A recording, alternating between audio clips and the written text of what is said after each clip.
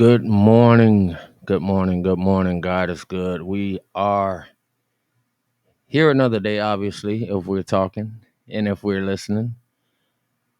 And so I'm just grateful, thankful, thoughtful, beautiful Sunday morning.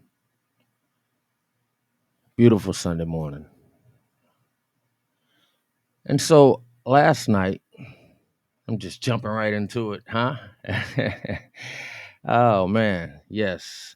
Yeah, last night I got a couple of stories and really disturbing stories, and I want to talk about them. I want to react to them. I want to give us some Sunday morning thoughts and motivations. Obviously, hopefully, um, but yeah, I think so much energy and so much effort is obviously been going to things such as, let me just be a little bit honest and say something like unaliving children, changing children's identities, their futures before they're even able to reach a certain age of understanding, and then we realize and we start seeing stories that we have been seeing lately in the news a lot, surrounding kids with learning disabilities, kids with uh, less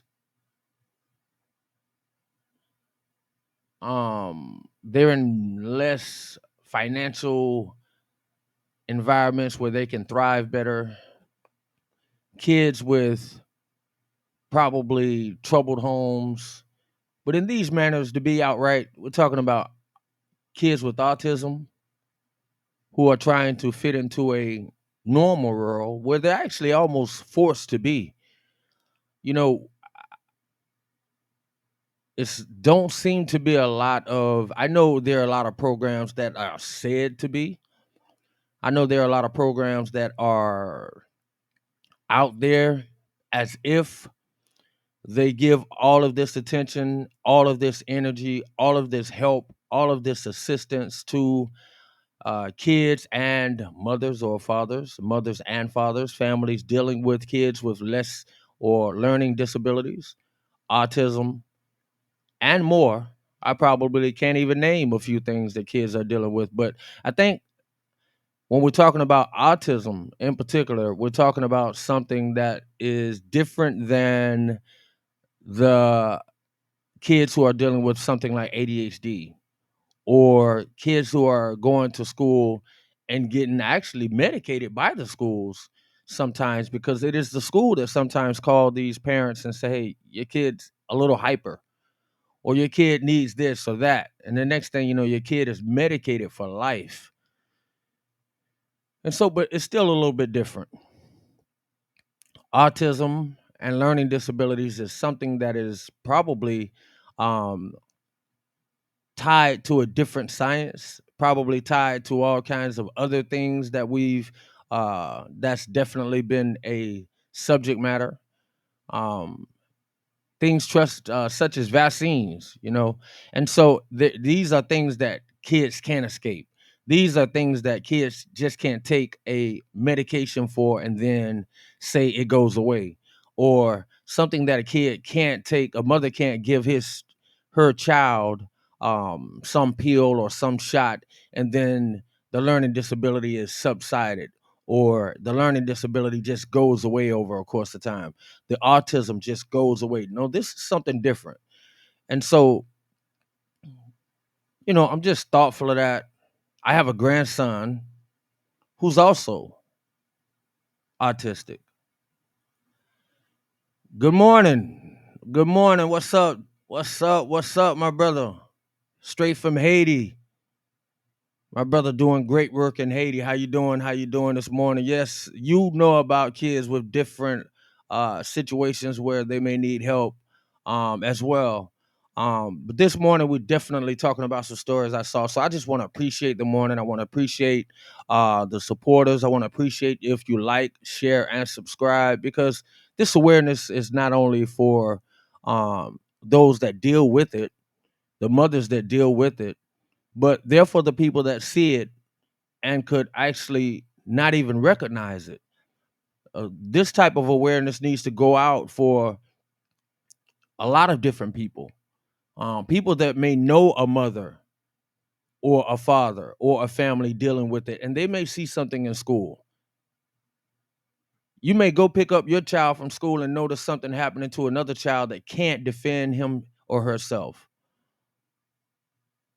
So this is where other parents, other people turn into the village.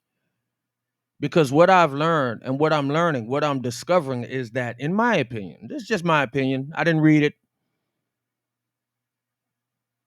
but I think we're all allowed to have an opinion. And so, in my opinion, when you talk about different ways, first of all, we're dealing with some things that are impossible. So, when you talk about the impossibility of certain couples and certain structures of families having babies, being able to raise a child, adopting a child, taking custody of a child that has already been kidnapped or taken from someone's family. And when I say kidnapped, I mean legally. So they were not actually classified as kidnapping. And so when we think about this, that means there has to be other ways made. That means there has to be some assistance. That means other things needs to happen. And we saw a story not too long ago in Baltimore. Story been brewing for a couple of years, but we saw how an autistic boy, and we're not even talking about a baby. And so this goes to show you that this learning disability, autism, is something that sticks with a child until they're grown, until they're past grown, and until they're in a adult life building their own families, and until they indeed pass on. This is something they will deal with. So this family, this young man in Baltimore, had a girlfriend, and I think he was 15. Things didn't work out. He felt a little bit shaken to the point where his dad and mom took him to the hospital. The doctor is a trans, and shortly after that, all of a sudden, they were told their son wanted to be a woman or had some type of gender dysphoria. And the parents, no, not our son. No, this is not real. This is not happening. Of course, everybody want to. Of course, the parents were in denial. Something they had never saw, something they had never dealt with, something they had never saw a hint of, something they had never heard a hint of. And the thing about that is, autistic children. Nobody is closer to autistic children and children with learning disabilities than their parents, their mother, their father, the people that are there with them, dependent upon, I mean, round the clock hours, almost round the clock hours. The only time that's not happening is when they're asleep. Even when they're in school, they're still looking for their moms, looking for that one person, their father, that one or two people who they can actually identify with. So this is something that goes on for life. But anyway, turns out they lost custody of that child. And I said that to say, and guess who, lo and behold, who ended up with the child for some type of temporary custody to turn into adoption, probably. That's probably the way that's gonna happen. But it was that same transgender doctor. You ought to look that story up. But more than anything, I'm saying, how can this happen? And I'm also asking and wondering and looking at it as if people of color, people of uh, melanin in their skin, black people, Puerto Rican people, Spanish people, Hispanics, Cuban, Mexican, Jamaican, it seems like their children are the children that are up for risk, up for bargaining, up for letting their parents get into situations to where that child can be removed from the home very easily. And I won't just say kids with color or melanin. I will definitely say this morning, because I'm talking about this, I will also say kids dealing with autism. My grandson, my friend and her children, the millions of other parents dealing with this, the autistic moms of YouTube that we see, mothers of autism, I should say, that we see all over YouTube. Because that child cannot defend him or herself in a lot of situations, I should say. A lot of times they can't actually challenge what this doctor has said. This 15-year-old could not say, I never expressed any of this to this guy. Could not say or express maybe even some of the ways this doctor had talked to him, touched him in a caring way. You know, the hand on the shoulder that a doctor might do as he talks to his patient for understanding. Was this hand on the shoulder or was it somewhere else?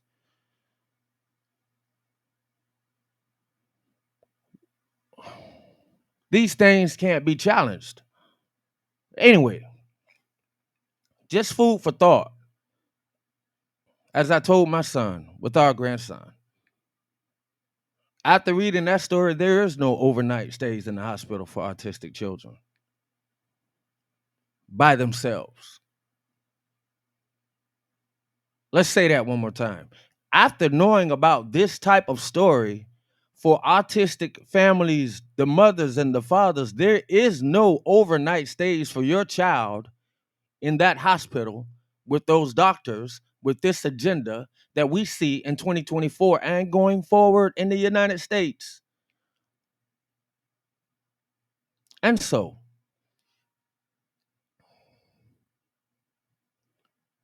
I want to talk about the story I saw. I didn't see it. Thank God for let me see. Here it is again with this. Hmm.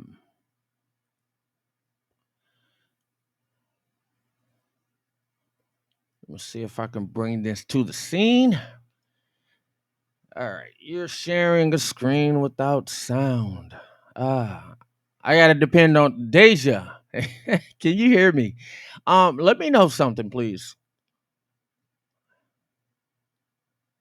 The grieving mother of the six.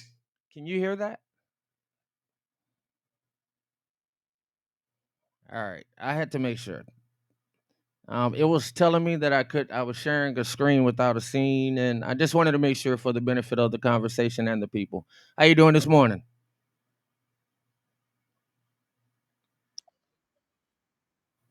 Amen. That's a start. Amen to that. All right. Another autistic child, another mom of an autistic child that will be grieving, but more than anything, left without answers. Because we know the systems, we already know how it's gonna go, how it's gonna be said. And yeah. 6-year-old boy beaten to death with a piece of lumber is speaking exclusively to ABC7. Her son's babysitter, Ernest Love, is charged with murder and torture. Orange County reporter David Gonzalez has the heartbreaking story. I was genuinely blindsided. I trusted him with my son. Charlene Sefour's heart is crushed, knowing the person she believed would take care of her son, Chance Crawford, instead caused him unimaginable pain. He died a brutal death. It was brutal. He did not deserve to go out that way. Yes. You did that, man. I'm really sorry for pausing this, but as I listened to this last night, it broke my heart. And I just want to say real quick, those words actually bothered me. He did not deserve to go out this way. He did not deserve to go out this way. And I just want to say, he did not deserve to go at all. But more than anything, that is the normalcy. That's the normalcy of the poor community.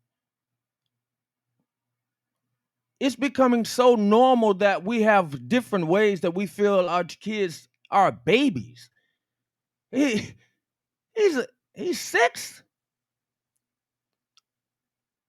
Like, what way does he supposed to go out at the age of 6?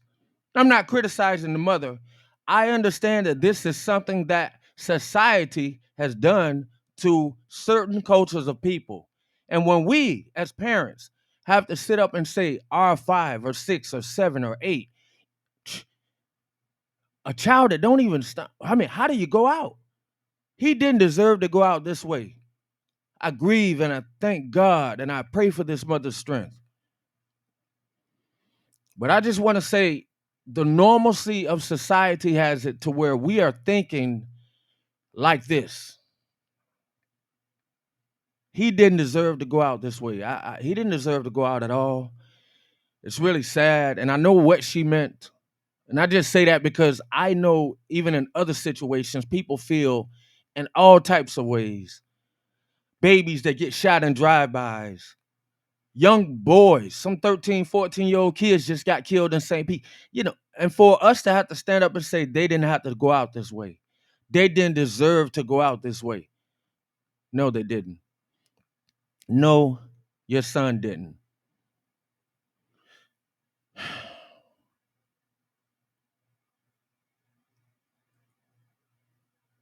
That, man. See that? There's gonna be a lot of stuff you're scared of, but it don't matter. You gotta push through it. Okay. You did. See that?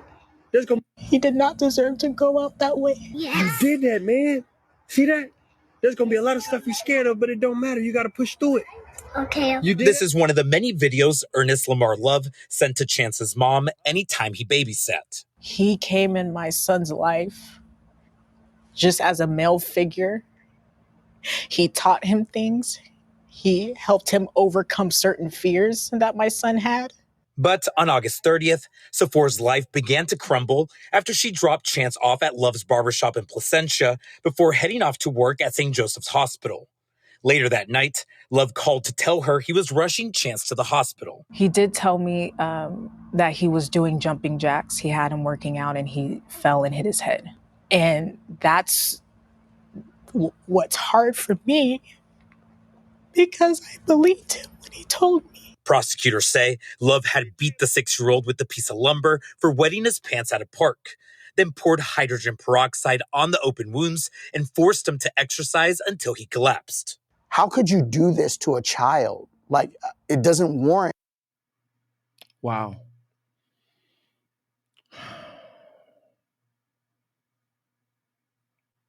What park was this?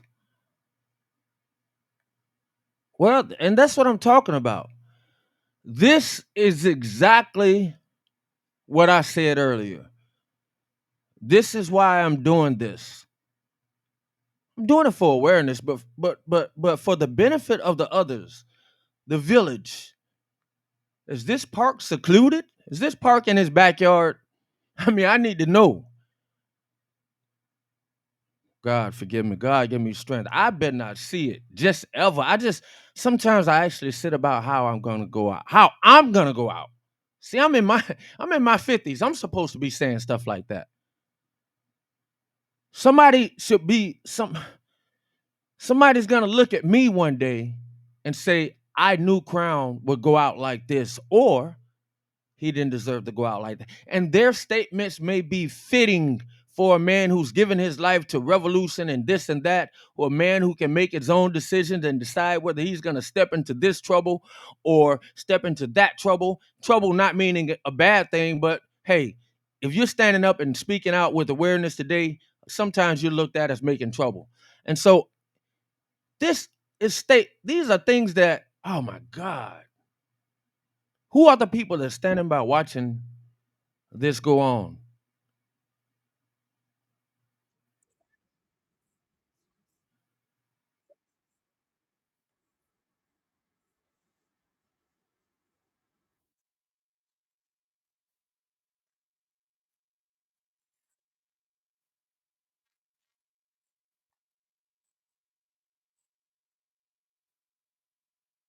Wow, you're right. Definitely right. That's one. I remember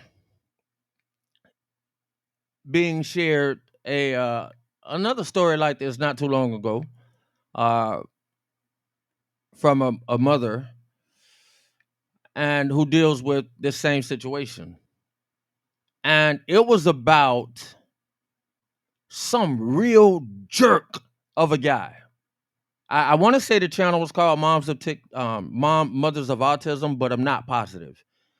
And this guy was talking to this lady, this mother of this autistic child. And, he was supposed to be, I think, the dad, maybe not, but he was very instrumental in this kid's life. And you could tell that she had nobody else. You could tell that, and I said that to say, listening to that video with that guy, how he was talking down, how he was saying how the kid couldn't learn nothing. The kid was this, the kid was that. He was just evil, beating the kid down, beating the mother down with the disabilities of the kid and of the child. And I thought to myself the same thing. I was like, wow, this first of all, she didn't have no brothers for sure. No, or uncles. Woo! I get mad just thinking about it. She didn't have no brothers, no uncles. I'm just gonna go out on a limb and say that. I'm not positive, but I'm just gonna go out on a limb and say that. Uh, and it was also clear to me that she was alone. That she felt she had to deal with some guy talking to her as if she was sugar honey iced tea, as if her child was sugar honey iced tea, and I thought to myself that same thing. So it led me to, we are thinkers. And I'm thinking that these mothers in these conditions and these positions and that deal with this, they sometimes find themselves alone.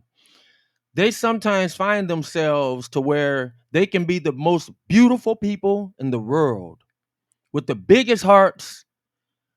They will bend over backwards to help anybody else. And people will love them through the phone lines. People will love them through social media. People will love them through this, that, smiles, this, that. But when it comes to dealing with the actual situation, they would do the other stuff times 10. In other words, they'll do that all day. Oh, all I got to do is text her every day. Blah, blah, blah.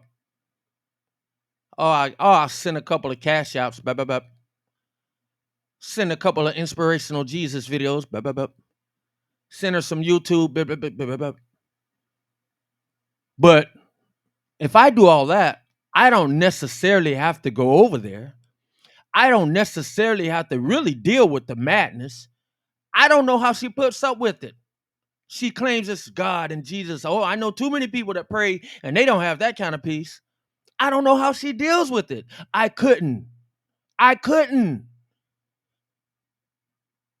And so I think, like Deja just said, that is one of the saddest parts.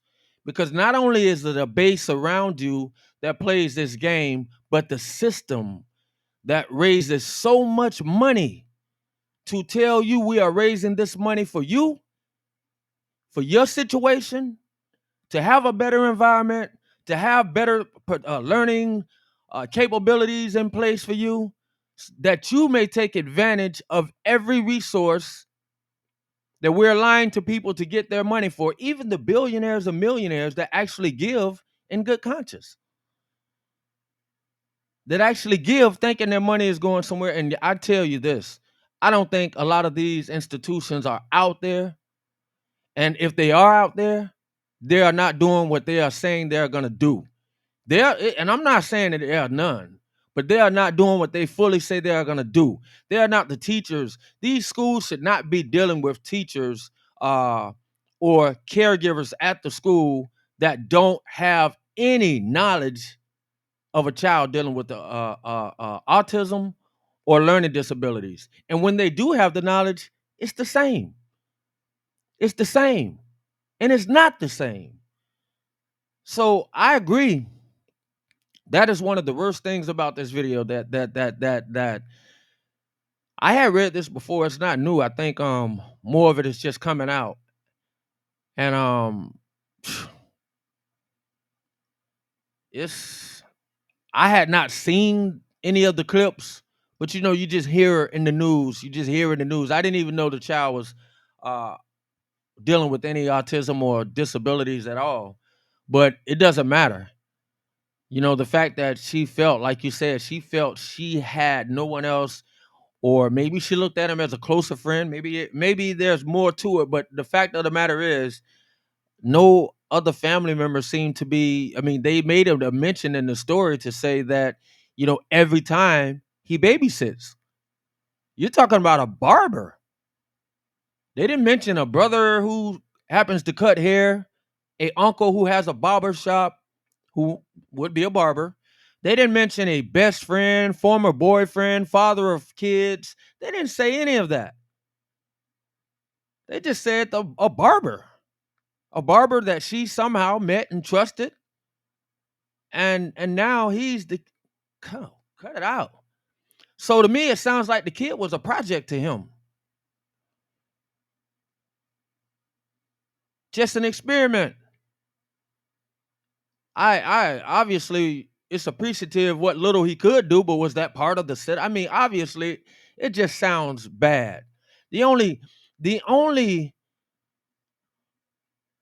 thing that you can actually, I won't say the only thing, because you grieve with the mother, you see what's it's gonna be I don't even know how this is gonna unfold.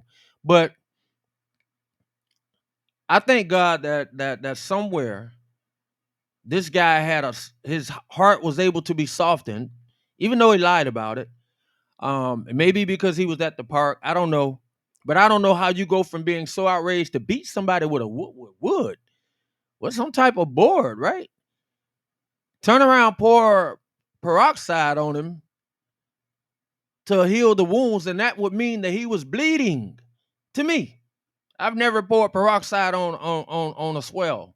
I'm just saying, not me. I've never saw it. I've never thought of it. The only time I ever thought of using peroxide or seeing it being used in my life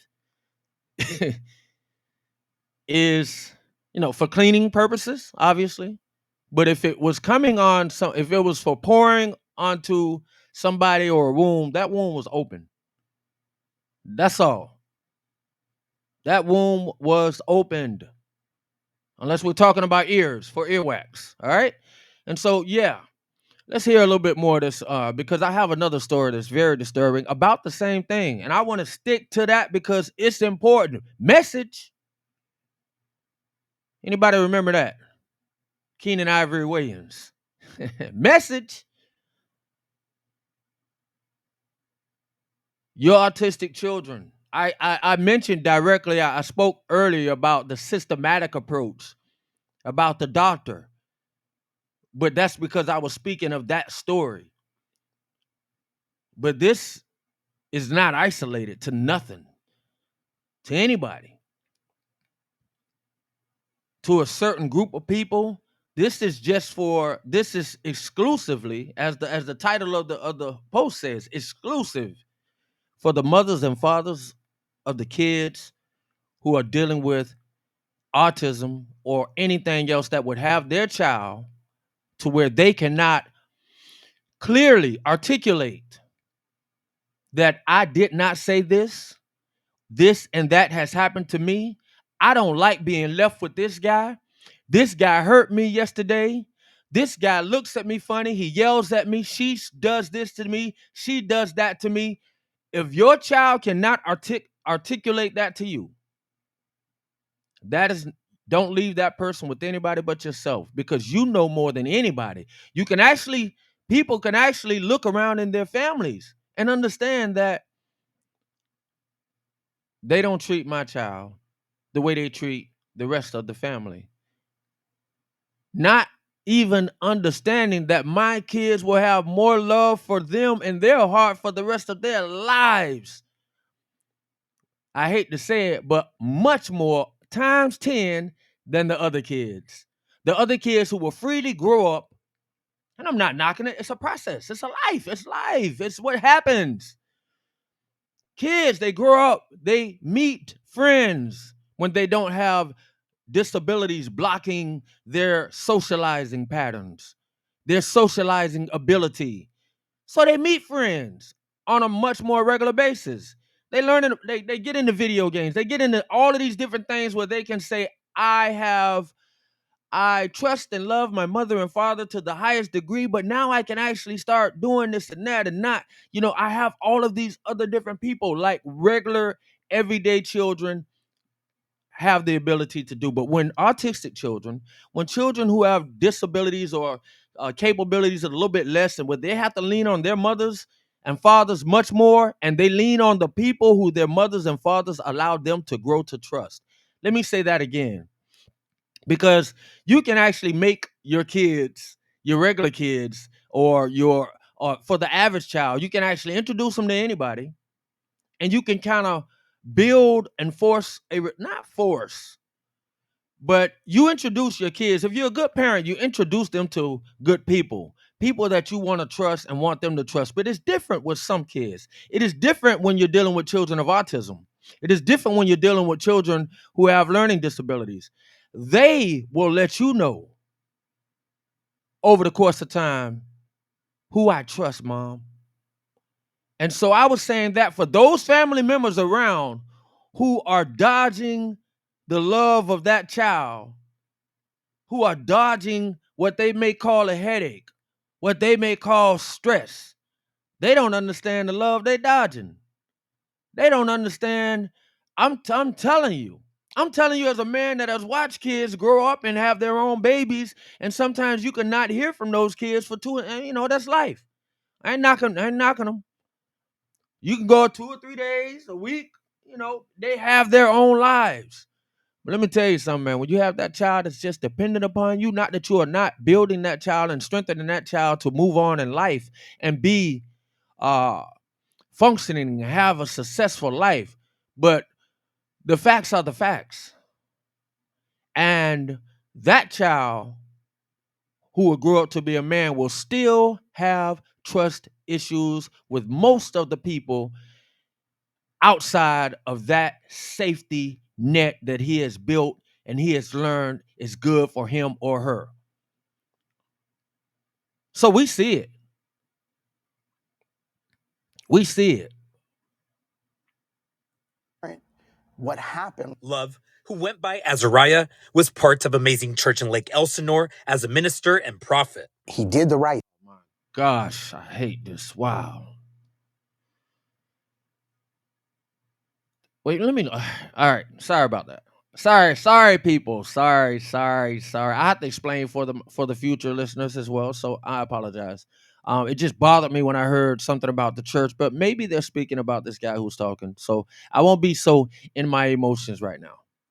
Things. He helped people move. He helped give advice. Like he's, helped people, start businesses. But he had been suspended from his roles due to inappropriate behavior with women. They never suspected he would be capable of doing what he's accused of. We poured so much into him, and he failed us. He failed us. He failed our faith. He failed us. He failed Charlene. Most importantly, they say he failed Chance. Chance died on Tuesday after being declared brain dead and taken off life support. I want justice for my son because he did not deserve that. This is just Her son's babysitter, Ernest Love, is charged with murder and torture. I just wanted to go back and hear what he was beat with one more time. Blindsided. I trusted him with my son. Charlene Sefour's heart is crushed knowing the person she believed would take care of her. Death with a piece of lumber is speaking exclusively to ABC7. Her son's babysitter, Ernest Love, is speaking exclusively to ABC7. Death with a piece of lumber is speaking exclusively. Mother of the 6-year-old boy beaten to death with a piece of lumber. Wow. Yeah. And yeah, so my face of disappointment and interruption and sadness and anger was appropriate. This guy was a church another guy using the church, another person using the church to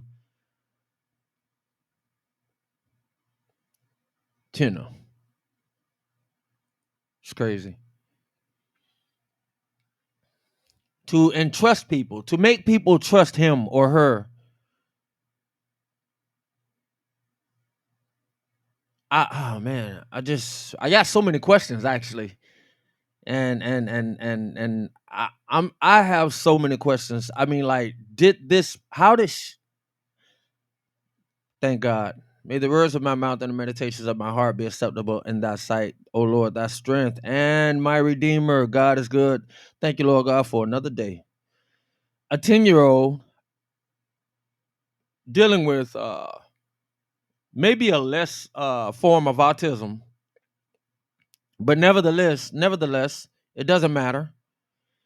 One of the most this video, I think my mind, I think God allows me to go places sometimes, and I'm able to expound on things. That's why I am good to follow. I will open up places where other people won't open up, and I don't mean the subject, but I want my view on this is totally. Let's listen to this. I was angry and I was sad. That is a little fifth grader with special needs speaking out tonight after police body cam shows the way she was disciplined at school. We need to warn you, overall, the story and some of the video may be disturbing to watch. It's not easy. The little girl's dad, though, contacted the I-Team's Ginger Allen, and Ginger is here now to take the story from there. Ginger? So, Doug, the family reached out to us because for 2 years, the I-Team and our CBS partners across the country have been investigating case after case after case of young children. That goes to what we were saying earlier as well. Case after case after case. You are not alone, as Michael Jackson said. The great Mike. If I could sing like him, I would go ahead and sing. You are not alone. Yes, your case is not isolated at all. It's going on all over America, and that is why we have to ask why. How is it that Miss Ginger Allen could actually just say that? Why is this possible for her to fairly be able to say that on the news, broadcast news in Texas? And I don't even know if she's talking about outside of Texas. I'm just saying, how is it possible in America that something like this can be going on and somebody would have to be able to say, I investigate case after case after case like this? Who do not appear to be posing a threat to anyone, arrested, handcuffed, and restrained at schools. Now this Conroe family is asking how what you are about to see could happen to their fifth grader, especially after a new law was just passed in Texas following all of our stories. Cameras are rolling as police arrive at Cryer Intermediate School, a few hours south of Dallas. McKenna Lombardo is on the playground with administrators. A police report states they've been called because the 10-year-old was, quote, physically aggressive and throwing markers, and she had pinned her associate principal's arm against a door frame.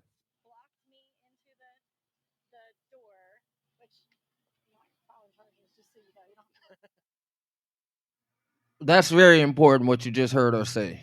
I'm not filing charges, so just so you guys know.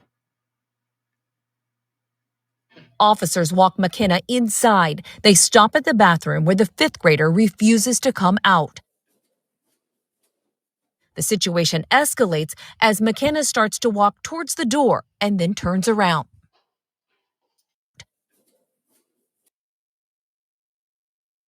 Obviously, we're already dealing with the situation clearly, but who likes? I think that's actually amping the situation up when you got two people standing right behind you, and those two people have already kind of told you that you're being a problem. That doesn't help. The situation escalates as McKenna starts to walk towards the door and then turns around.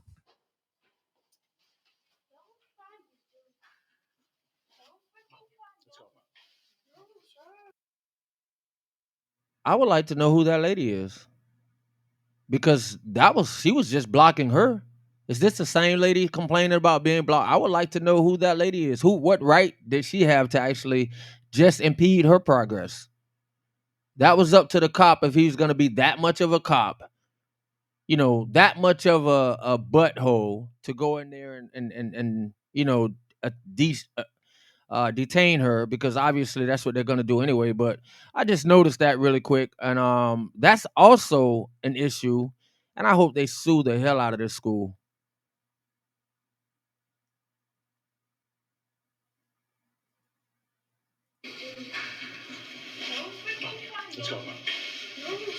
It escalates as McKenna starts to walk towards the door and then turns around.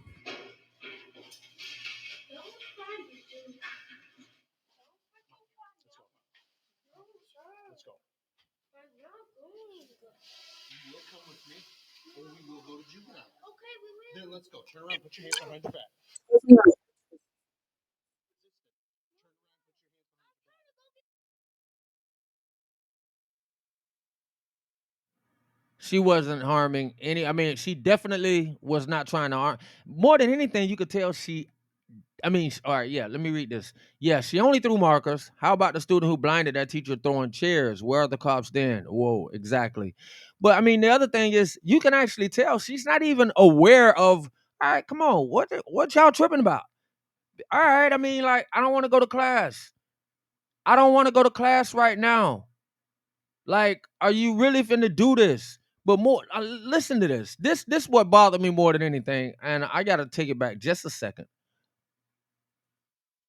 Your hands behind her back. Now you're resistant. Turn around, put your hands behind your back. Or we will go to juvenile. Okay, we will. Then let's go. Turn around, put your hands behind your back. No. Turn around, put your hands behind her back. Now you're resistant. Turn around, put your hands behind your back. I'm trying to go get my shoes. You're not going to get your shoes. Why? Now you'll listen. Her back. Now you're resistant. Turn around, put your hands behind your back. I'm trying to go get my shoes. You're not going to get your shoes. Her back. Now you're resistant. Turn around, put your hands behind your back. I'm trying to go get my shoes. You're not going to get your shoes. Why? Turn around, put your hands behind your back. No. Turn around, put your hands behind her back. No. Now you're resistant. Turn around, put your hands behind your back. I'm trying to go get my shoes. You're not going to get your shoes. Why? I had to play that several times. You know, when I first heard that, I thought of one thing.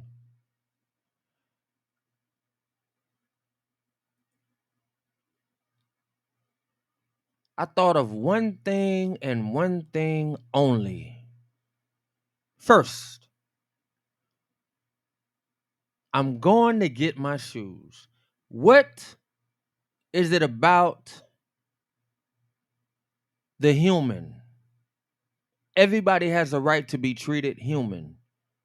Donald Trump. That's the first thing I thought about. In the middle of an assassination attempt, while people was diving on him to save his life, helping him up, get him to the safety, get him to the shield, before he stood up and told Americans to fight, fight, fight for your country, what did he say? I want to get my shoes.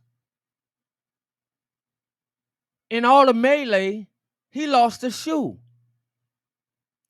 And by God, they allowed him to get his shoes. This This weak guy right here, first of all, it says something about this young girl being human.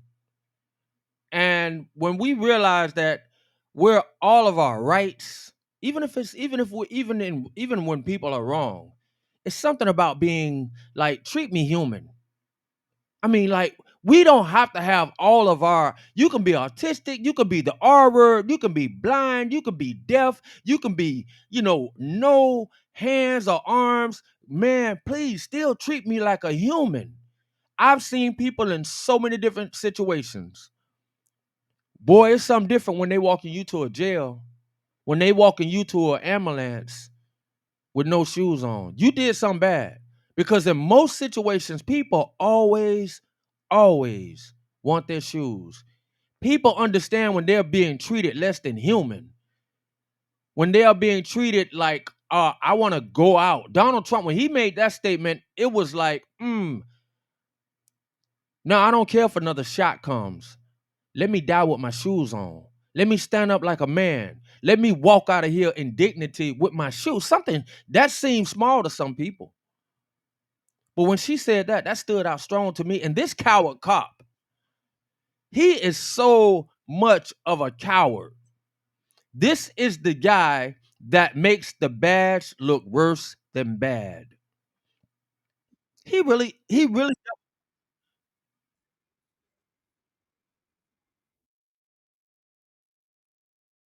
right, exactly. The story about the trans dad. The cops let him go in after he had essayed his son, a trans dad pretending to be a woman, had essayed his son and his daughter. Now we don't want to get away from what we're talking about, but that's in a nutshell, that's important to highlight. That's important to highlight on a whole different matter of awareness.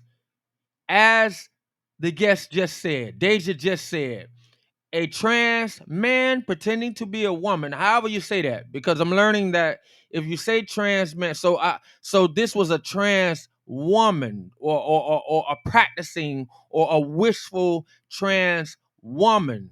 Is that saying it right, Deja? So if it's a man trying, they gave him the dignity, right? And the fact that he even asked for them, and that's all I'm saying. He asked for his shoes. The cops gave him the dignity of putting on his shoes and let him ride in the front seat as well. Let him ride in the front seat. First of all, that shows a couple of things. That shows you how volatile that situation is. That shows you how powerful the country, this movement is. And that cop was afraid to insult or do anything that would have him under fire, because you can't just. But the bottom line is, that man asked for his shoes after being under arrest, $1 million bond. He's under arrest with $1 million bond, and he was able to turn around. This whole thing took an hour, basic part probably. He was able to turn around, go back in the house to get his shoes. He didn't want to walk to the cop's car barefooted, like, because we are humans. There are some people that love the earth. I understand you don't have a problem with it, but some people do.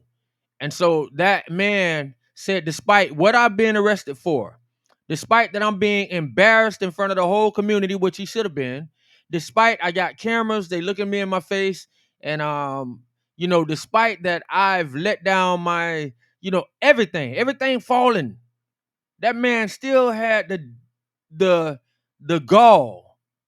I almost said the other word, but I don't know. So that man still had the nerve to say, let me get my shoes. And that cop, despite him coming to arrest this man for SAing his son, I keep saying that for a point, and his daughter, which means all of these people are in these situations, they just want the best of both worlds sometimes. And then some of you people, you turn around and say it's a real sickness. It's not a real sickness. What you're seeing on TV, what you're seeing with this little girl, that's a real sickness, illness, or a real life thing that people have to deal with. That is something somebody is born with. That is something that some medical experiment or some vaccination or some thing of life has placed in their life to deal with.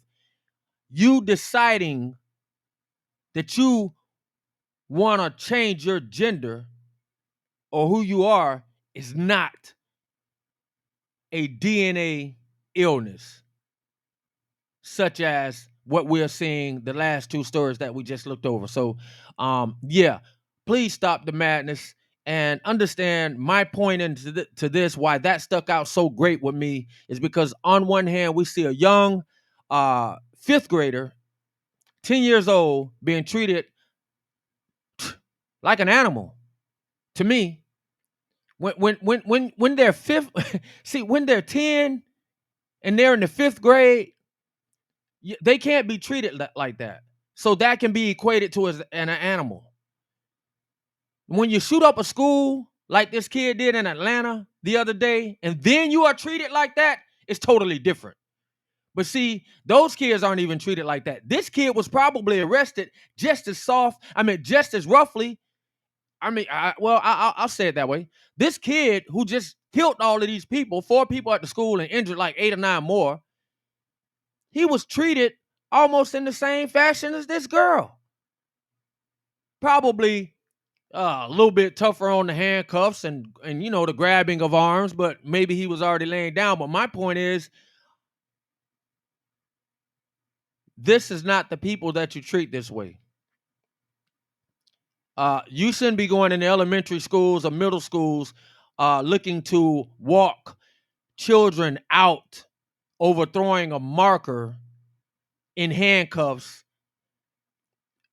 Definitely not in handcuffs barefoot. I mean, never. So I want to say in handcuffs, but definitely not in handcuffs as if there's some homeless person on the street who, by the way, can throw markers and doo-doo on people and get better treatment than this. What the hell is going on in America? Where's the money? And then you talk about all of the money that Red Cross raised. You talk about all of the money that all of these little independent places people raise, and independent, powerful Goodwill, Red Cross. It's so many others. I'm so upset I can't even name them. Maybe that's not the point. Thank you, Lord. So many different entities that raise millions and billions of dollars, and all they have to actually do is give up 10% to the actual cause. And you can look around in America and tell that that's exactly what's going on. 10%. And I'm asking, where is that 10%? Now you'll listen, you'll put your hands behind your back. I will get your shoes. Put your hands behind your back. In the minutes leading up to this, you repeatedly hear the administrators tell the officers McKenna's dad, Matt Lombardo, is on the way. Lombardo says the school knew his daughter had autism. Medical documents provided by him show I had to pause. This is a coward. Okay, back. she is diagnosed with several disorders. Eventually, you see Lombardo outside, a former police officer himself, begging them to release McKenna from the squad car. Are you charging her right this second? If you're not charging right now, are you charging her? She is detained, sir. Okay, you need to release her. No, sir. Next, you hear the Conroe ISD officer call the DA's office and discuss filing an assault on a public servant charge. That's why I pointed out earlier that how important it was to pay attention, that the teacher had already said, I didn't want to press charges. This coward cop is going through all types of limits. First of all, this has to justify him. See, me as I do understand and recognize what's going on as well. And we're gonna finish the video, but this is a coward who understands. I pushed this girl. I have grabbed her by her arm. He has assaulted this girl.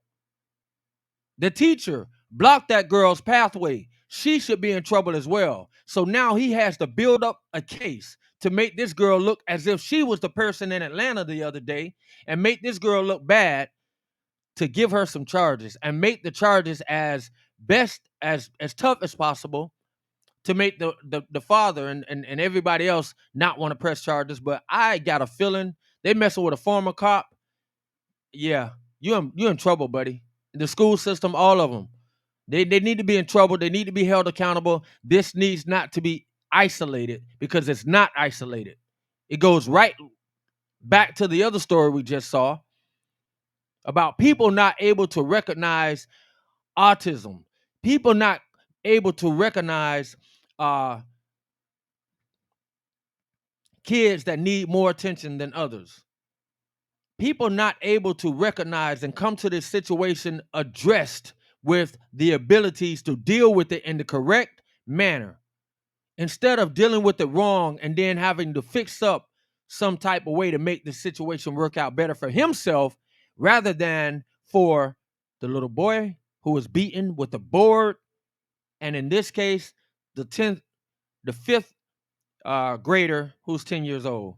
It's ridiculous, man. This is sad. And you know, if this is what America looks like for an autistic child, I mean, what does it look like for actual people walking around with the knowledge of crime that they may commit, of bad thoughts, with the knowledge of doing wrong stuff, actually willingly?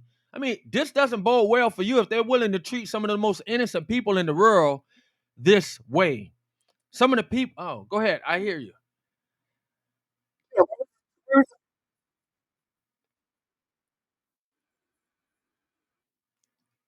That's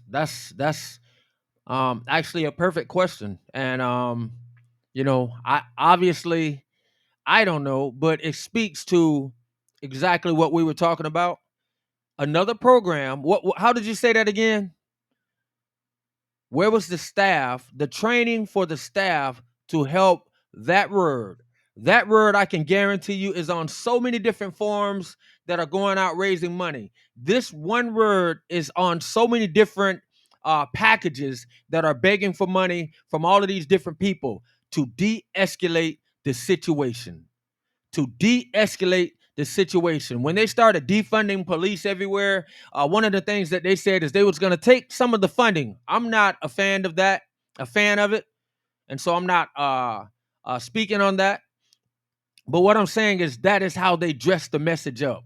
That is how they dress these packages up. Oh, and when we do take funds, we're not just going to take funds away. We're going to route them to new areas. We're going to route them and put them in training so officers and different social workers will be able to go out to these positions. I mean, go out to these situations to help de-escalate the situation instead of escalating the situation. Where is the training for that?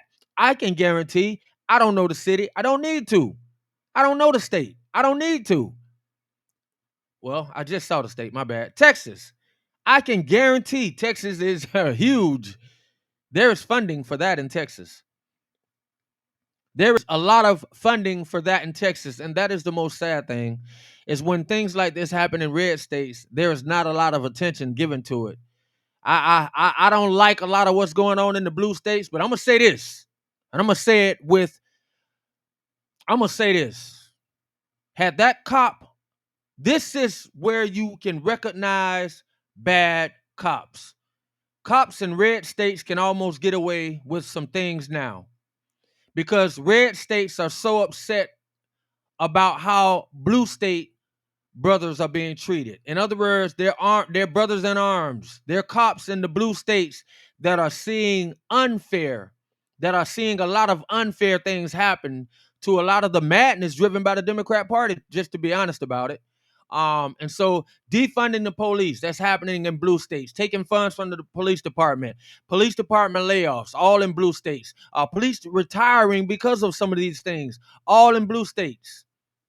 And so now in red states where they're watching blue state brothers get beat down, get attacked because criminals know that they can do some of this stuff and get away with it. When they see some of that and then they run into situations in their red states, situations where care is needed, where de-escalation is needed. That's the last thing on their mind. The little black kid that just broke a law, took him to jail. Oh, he's facing a judge that's watching madness in other states. Kid ain't never been in trouble, but why he gonna get 15 to 10 years?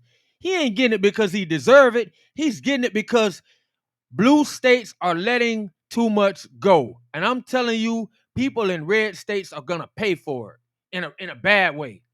And that's sad because if this guy, this butthole of a cop, should have did this in a blue state, he shouldn't have never did it at all. Lord forgive me. Didn't mean to say that. But if this had happened in a blue state, his ass would be already fired. Because you know why? The Democrats have set that type of environment. And I like that. I don't like it too much, but when after looking at this, if you got punk cops that's gonna go around doing this type of stuff, oh yeah, we need measures around you that's gonna keep your punk behind in check. They're gonna say that's gonna make you think twice about doing something like that. And the only thing that seems to be in place to make it happen is people who are behind some of the madness that is standing up in the Democrat Party. Just to be quite honest about it, and they're coming out and they're bringing forth certain lights and certain attentions, and this is it right here. They're bringing it forth, saying cops are too abusive, cops are out of control, and this is the perfect example, although they may be pushing it too far. But when you see a butthole cop like this, you welcome all the smoke. You welcome it all because this guy does not need to be a cop, and no cop that actually stood by him needs to be a cop. Now, maybe her dad, who's a former cop, understood what it is to be a cop, and maybe he understood a little bit more tolerance. And I don't think he was saying that just because that was his daughter. I think he fully understood that you just arrested a 10-year-old kid, a fifth grader, who has autism. I think he understood that a little bit more.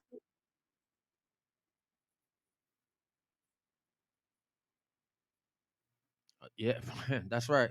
Amen to that.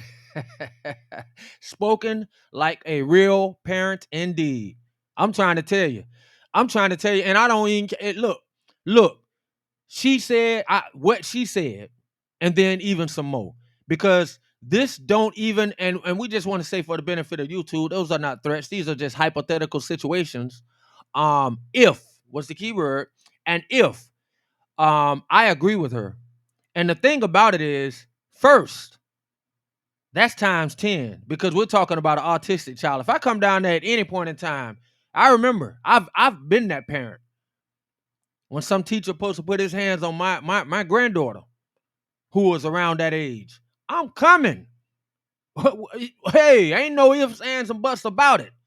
And so we're talking about my granddaughter without any disabilities, without having to deal with the life of autism, without having to deal with being medicated by the government and the school system. Just a normal kid trying to fit in like anybody else. And whatever she did to make that teacher upset, he was said to have put his hands on her. And let me see, took me about skin 30 minutes. And the mother, another strong mother, was down there. Was down there. So I said that to say, when I said times 10, what I mean, don't be a mother or a father of a child dealing with autism and have to come down there. Oh, yeah, it's times 10. It's whoop ass can, fresh can. You got another pair? Oh, yeah, it's a problem. There is a problem.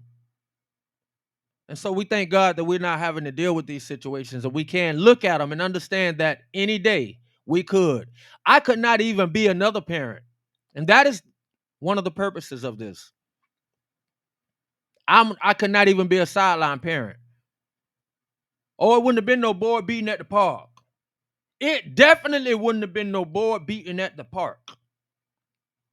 And you making him no. He wouldn't have never went back to exercise. No. Oh nah. God bless.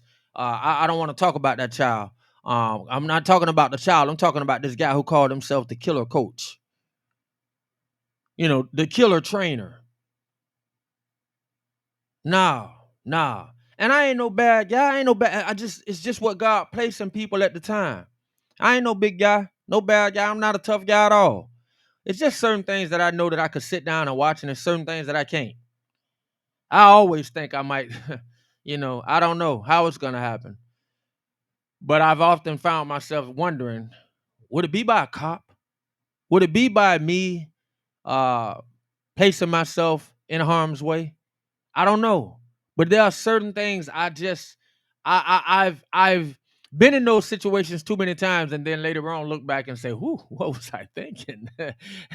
Because when you calm down and the adrenaline is gone, you don't remember. You can't get back into that place just like that. God puts you there. So anyway, let's go back to some of this character. I want to buy your house. I can pay you cash for your house. Lombardo eventually sees his daughter driven away in custody. He says he assumes she's assaulted an administrator until 1 week later when he watches all of the video. My anger turned to rage.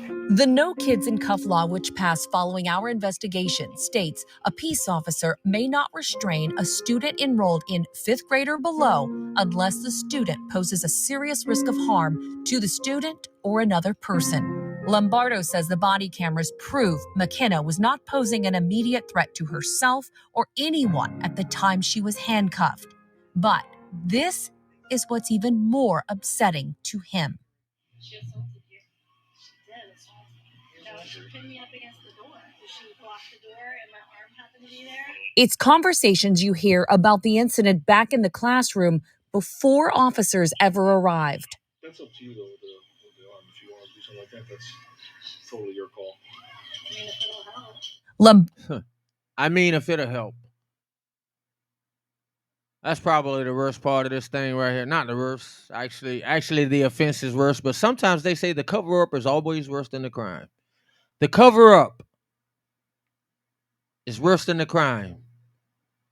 If it'll help you torture, convict, bring charges, ruin her life, because these are things that ruin their lives. If it'll help you stay out of trouble, I'm willing to do all of that. Even the teacher need to be fired.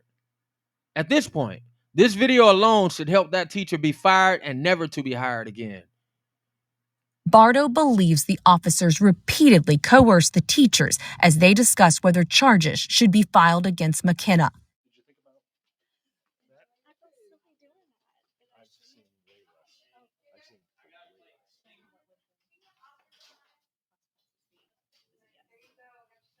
Well, she's in handcuffs already, so she's going too far.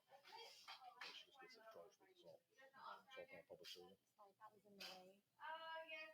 Oh, yeah. It don't matter. They were doing whatever they could in order to solicit a felony charge against a 10-year-old. It's sick. I mean, a special needs 10-year-old. 3 days after the arrest, a second staff member files another assault report stating during the bathroom incident, McKenna, quote, slammed her hands and body into the dispenser, injuring the woman's hand. She states, I yelped because it hurt. I didn't hear her yelp. I didn't hear any injuries that would have been sustained that would be consistent with what was depicted in the police report, to include all the photographs. We took the pictures, reports, and video to the advocacy group which brought the No Kids in Cuff bill to Austin last year, and to the senator who wrote it. The school should have determined whether there was other alternatives other than putting a 5th grader, a 10-year-old in handcuffs. In this situation, she wasn't posing a danger to herself or anyone else at that point in time. And it appears as though, based on looking at the video, the justification was made up after the fact. Sounds like assault to a public official. You do it? I mean, it will, if it'll help. What really perturbed me was A teacher was being pressured. The pressure that we saw came from the officer. It goes counter to their values, and it was very disappointing to see.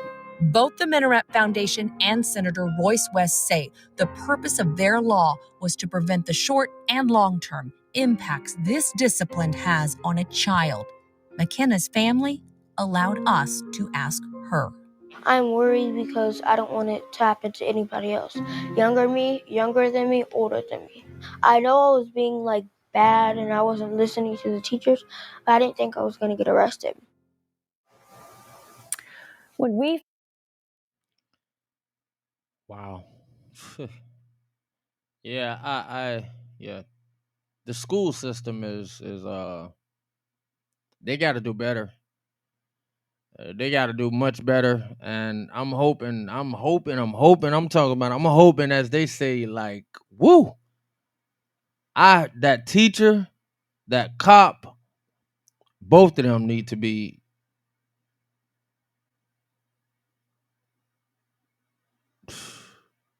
ashamed of themselves.